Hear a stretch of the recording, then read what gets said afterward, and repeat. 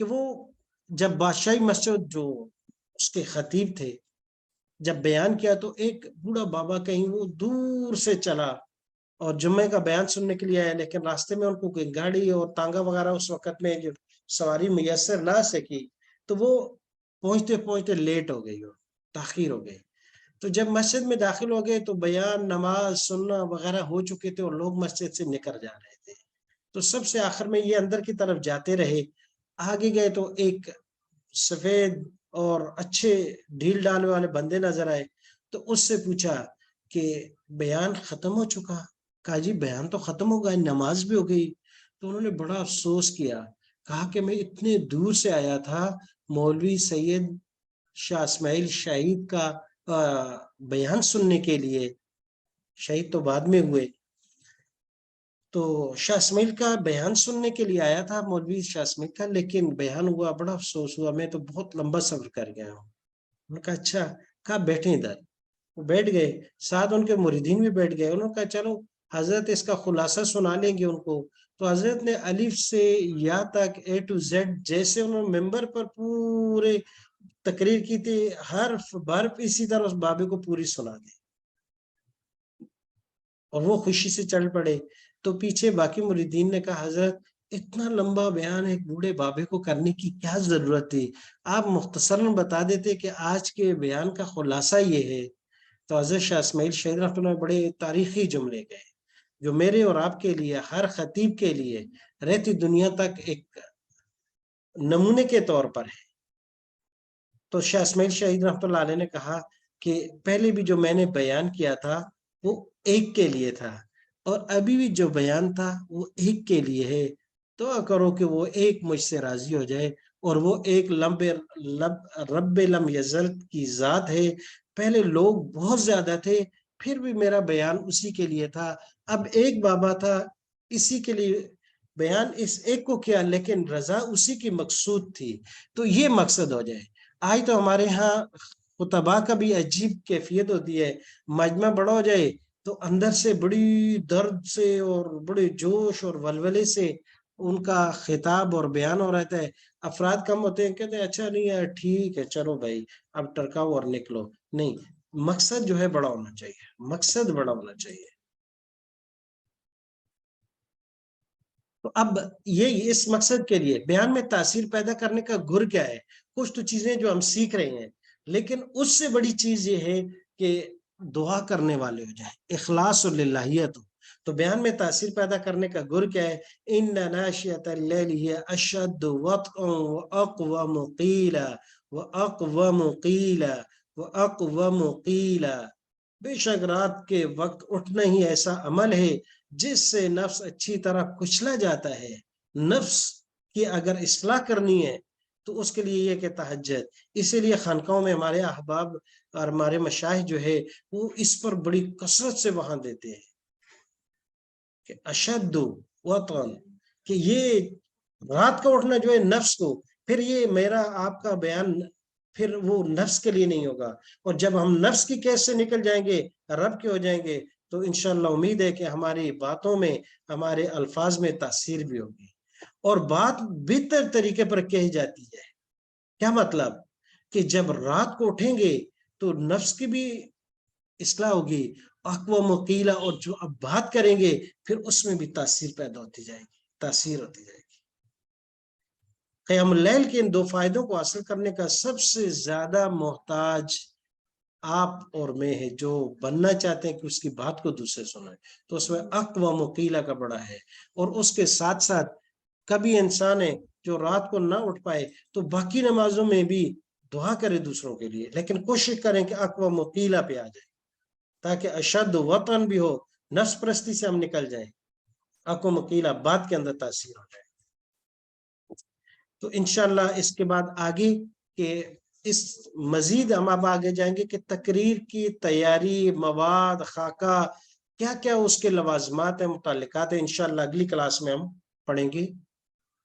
سبحانک اللہم و بحمدک ونشہد ان لا الہ الا انت استغفرک و اتوب الیک۔ جی کسی کا سوال تھا، اب آپ سوال کر سکتی ہیں۔